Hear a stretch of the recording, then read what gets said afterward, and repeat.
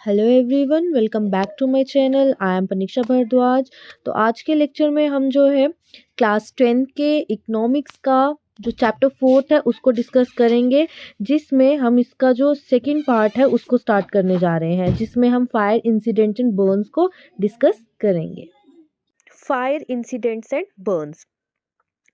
Fire incidents and Burns. Burn क्या होता है? बर्न एक को हम डिफाइन कर सकते हैं स्किन का डैमेज हो जाना। किसकी वजह से?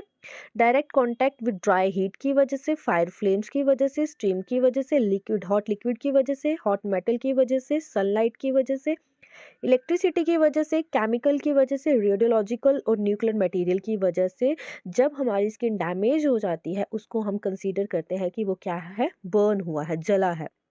इसकी कुछ डिग्रीज यहाँ डिस्कस करी गई हैं। लास्ट टाइम ये क्वेश्चन भी 5 मार्क्स का पूछा गया था बोर्ड के एग्जाम में। अब डिग्री, जो फर्स्ट डिग्री बर्न है ये क्या है? ये सुपरफिशियल बर्न्स हैं जिसमें स्किन की टॉप लेयर जो है वो जल जाती है। Skin appears red and very painful. इसमें क्या होता है, जो स्किन है हमारी वो रेड हो जाती है और बहुत ज़्यादा दर्द होता है।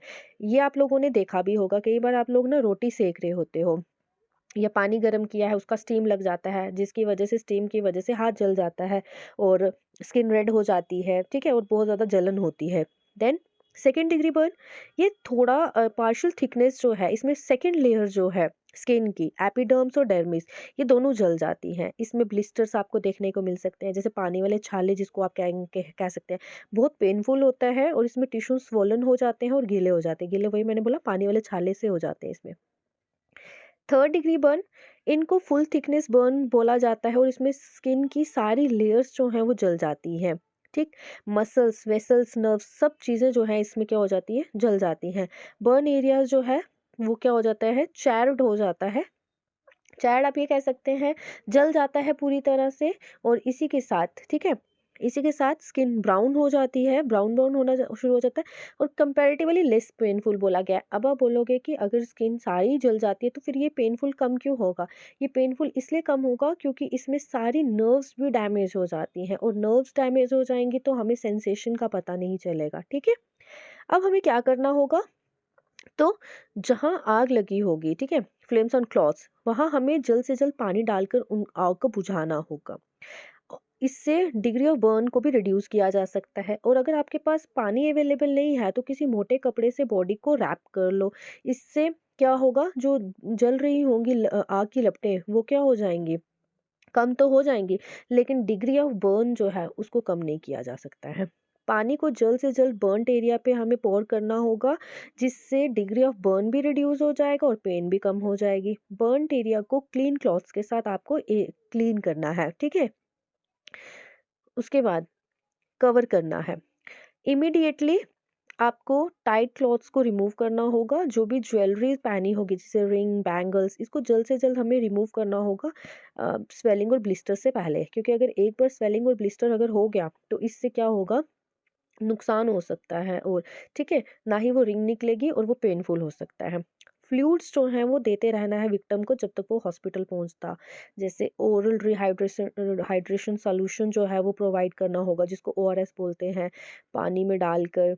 इससे जो भी जलने की वजह से उसके अंदर के मिनरल्स जो हैं वो, ये पानी जो है वो कम हुआ होगा, उसको क्या कर किया जा सकता है? वापस से कंपनसेट कर सकते हैं उसको, और इससे किडनीज डैमेज होने का भी खतरा जो है वो कम हो सकता है। अगर इलेक्ट्रिक बर्न हुआ है तो सबसे पहले हमें पावर जो है, इलेक्ट्रिक पावर, उसको बंद करना होगा और फर्स्ट एड विक्टिम को देना होगा। इलेक्ट्रिक शॉक में हार्ट रेट जो है वो इरेगुलर हो सकता है और फर्स्ट एड वॉलंटियर जो है वो मैकेनिकल डिफिब्रिलेशन जो है वो प्रोवाइड करेगा। मैकेनिकल डिफिब्रिलेशन क्या होता है? तो मैकेनिकल डिफिब्रिलेशन का मतलब फर्स्ट एड वॉलंटियर जो है वो देगा thumping blow by fist of hand on centre of chest.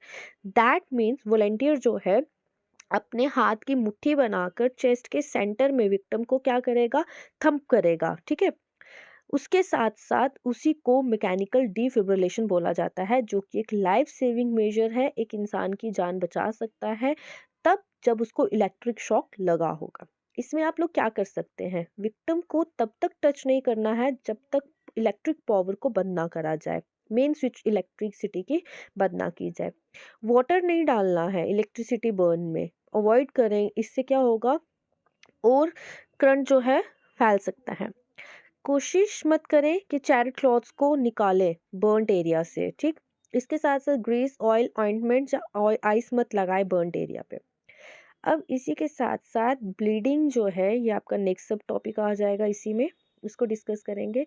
बहुत सारे wounds, common wounds, cuts, punchers, crush limbs जो हैं वो बहुत सारी ब्लीडिंग का कारण बन सकते हैं।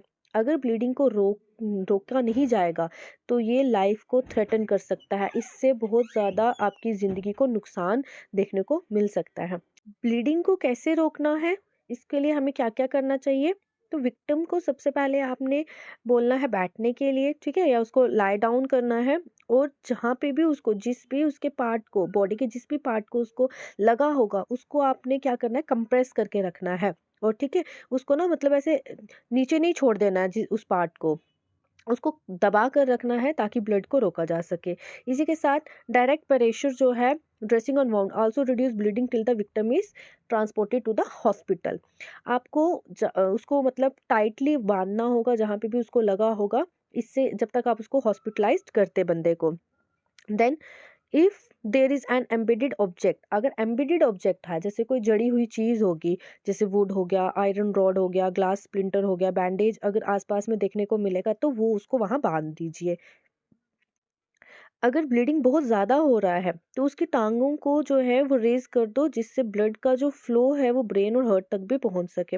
विक्टिम अगर अनकॉन्शियस है तो DRBC फॉर्मूला जो है वो अडॉप्ट करें। जैसे मैंने बताया था ना, danger, response, airway, breathing and circulation, इस फॉर्मूला को अडॉप्ट किया जाए उस समय पे। टेटनस टॉक्साइड इंजेक्शन तो है जो है वो उसको जल्द से जल्द प्रोवाइड करा जाए। अब क्या नहीं करना है, तो जो जिस भी पोर्शन में उसको लगा है वाउंड, जो जहाँ पे भी हुआ है, उसको ना नीचे नहीं छोड़ना है। इससे ब्लीडिंग जो है वो ज़्यादा होगा, जिसकी वजह से लॉस हो सकता है ब्लड का। और एम्बेडेड ऑब्जेक्ट को किसी भी हालत में रिमूव मत करें तब तक जब तक उसको हॉस्पिटलाइज ना करा जाए। ब्लीडिंग को रोकने के लिए ऐश, सैंड, काउडंग नहीं डालना है जख्म में, इससे इन्फेक्शन भी हो सकता है और टेटनस का भी प्रॉब्लम देखने को मिल सकता है। नेक्स्ट टॉपिक है फ्रैक्चर्स एंड स्प्रेन्स। फ्रैक्चर्स क्या होता है, मतलब बाजू का टूट जाना, टांग का, ठीक है, मतलब बोन्स का ब्रेक हो जाना। ठीक, स्प्रेन मतलब मोच आ जाना, चलते चलते बोलते हैं ना, जैसे पाँव टेढ़ा हो गया, हाथ मुड़ गया, किसी भी तरह से मोच जब आती है। ठीक, फर्स्ट एड प्रोवाइडर्स जो हैं फ्रैक्चर्स और स्प्रेन्स में इमोबिलाइजेशन करना है अवेलेबल मटेरियल के साथ। इमोबिलाइजेशन मतलब देखो, अगर जैसे टांग में लगा है तो चलना रोकना होगा, अगर हाथ में लगा है तो हाथ की मूवमेंट को रोकना होगा, जिस भी पोर्शन में बॉडी के लगा है उसकी मूवमेंट को रोकना होगा।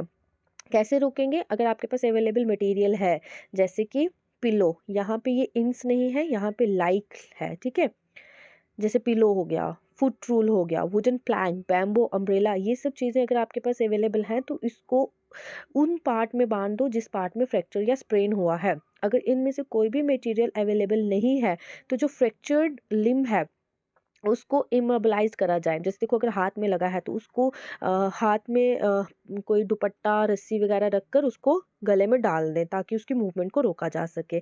ठीक है, और अगर पाँव में लगा है तो उसको भी कोशिश करें कि आप लोग किसी भी प्लैंक से बांध कर उसको या वुड प्लैंक से या किसी भी चीज़ से बांध कर आप उसकी मूवमेंट को रोक सकें। और इंजर्ड पर्सन को फीड नहीं करवाना है, क्योंकि इससे सर्जरी में भी डिले हो सकता है। कई बार फ्रैक्चर और स्प्रेन इतना ज़्यादा डेंजरस हो सकता है कि सर्जरी की बात आ सकती है, और अगर आपने उसको फीड करवाया होगा तो सर्जरी में डिले हो सकता है, जो कि उसकी लाइफ के लिए बहुत ज़्यादा प्रॉब्लमेटिक बन सकता है। इमोबिलाइजेशन जो है वो फ्रैक्चर्स को हेल्प करता है पेन को रिड्यूस करने में, और स्वेलिंग और स्प्रेन्स को भी रिड्यूस करने में हेल्प करता है। यहाँ पे पूरा आपको पिक्चर दिया हुआ है किस तरह से folded newspaper, foot rule, pillow, wooden plank, bamboo, umbrella, ये से आप कैसे जो है वो इमोबिलाइजेशन कर सकते हैं। Chest arm bandage, triangular sling, किस तरह से आप लोग जो है वो फर्स्ट एड प्रोवाइड कर सकते हैं फ्रैक्चर्स एंड स्प्रेन्स के टाइम पे। नेक्स्ट आता है आपका हीट स्ट्रोक। तो हीट स्ट्रोक डिफाइन करते हैं sudden temporary loss of consciousness, मतलब होश में ना रहना। ठीक, क्योंकि जैसे कई बार होता है ना, असेंबली हो रही होती है स्कूल्स में, तो बच्चे जो हैं गर्मियों में बहुत चक्कर खा के गिर जाते हैं। रीज़न क्या होता है कि हीट स्ट्रोक हो गया है, उनको अनकॉन्शियस हो गए हैं बच्चे। ठीक है, कईयों ने खाया पिया नहीं होता, कईयों को ज़्यादा गर्मी की वजह से चक्कर आ जाता है, डिहाइड्रेशन की वजह से ऐसा हो जाता है। तो यहाँ पे भी वही दिया हुआ है, हीट स्ट्रोक जो है वो sudden temporary loss of consciousness, क्योंकि टेम्परेचर जो है सिस्टम को रेगुलेट करने के लिए, बॉडी जो है वो उस टेम्परेचर को झेल नहीं पाती ड्राई में, या कई बार सर्दियों में भी ऐसा हो जाता है इन्वायरमेंट के अंदर, जिसकी वजह से वो गिर जाते हैं। पेशेंट्स जो है उनकी बॉडी का जो टेम्परेचर है उसमें क्यूकराइज होना है शुरू हो जाएगा, स्किन जो है वो रेड हो जाती है, स्वेटिंग नहीं देखने को मिलेगी, पल्स रेट या तो बहुत ज़्यादा फास्ट हो जाएगा या तो समझ ही नहीं आएगा कि पल्स रेट चल कैसे रहा है। ठीक है, इस टाइप की कंडीशन में क्या करना चाहिए? इमिडिएटली विक्टिम को कूल शेडेड एरिया में लेके जाना है हॉट इन्वायरमेंट से। उसके बाद सारे के सारे एफर्ट्स जो हैं वो प्रोवाइड करने हैं उसकी बॉडी के टेम्परेचर को मेंटेन करने के लिए, जैसे रिमूव करना, लूज़न करना वेटिंग क्लॉथ्स को, ठीक है, फैनिंग करना विक्टिम को, आइस पैक्स उसकी आर्मपिट्स के रखा जाए ताकि टेम्परेचर वापस उसका जो है वो बढ़ सके। देन उसी के साथ साथ ग्रोइन्स जो हैं, ग्रोइन्स क्या होता है? फ्रंट पार्ट होता है आपकी बॉडी का, जहाँ पे आपकी लेग्स जो है वो जॉइन करती है, वहाँ पे आप रखेंगे उसको आइस पैक्स, ताकि उसके टेम्परेचर जो है बॉडी का मेंटेन हो सके। कोल्ड फ्लूइड्स दिए जाएं उसको पीने के लिए। विक्टिम को देखते रहना है कि वो यूरिन जो है वो पास कर रहा है कि नहीं, ये सब चीज़ों के ऊपर आपको क्या करना है, देखना होगा। ठीक है, क्या नहीं करना चाहिए? ओवर क्राउड नहीं करना है एरिया को। विक्टिम की जो कंडीशन है उसको वर्सन होने से, मतलब बद से बदतर होने से पहले ही विक्टिम को हॉस्पिटलाइज्ड करना है। अब आता है स्नेक बाइट। सांप काट लेने से क्या होता है? अब सारे के सारे स्नेक जो है वो पॉइजनस नहीं होते, वो ह्यूमन बींग्स को इसीलिए काटते हैं ताकि वो अपने आप को बचा सके। स्नेक्स जो है वो दो तरह का वेनम छोड़ते हैं, वेनम मतलब जहर। वेनम जो है जैसे कोबरा, माम्बा का, स्नेक्स का, वो इफ़ेक्ट करता है नर्वस सिस्टम में, और ये बहुत ज़्यादा डेडली होता है बिकॉज इसमें हमारी जो रेस्पिरेटरी सिस्टम है वो इन्वॉल्व होता है, और विक्टिम जो है वो रेस्पिरेटरी फेलियर्स की वजह से मर भी सकता है अगर उसको हॉस्पिटलाइज जल्द से जल्द ना पहुंचाया जाए विद फर्स्ट एड।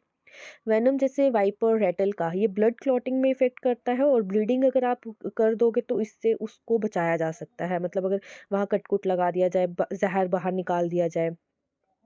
अब आता है क्या क्या करना चाहिए और क्या नहीं करना चाहिए, वो बताया हुआ है। विक्टिम को काम रखना है, और उसके उस जो पार्ट में जहाँ स्नेक ने काटा है, बाइट करा है, उसको मूवमेंट नहीं करवाना है ज़्यादा से ज़्यादा।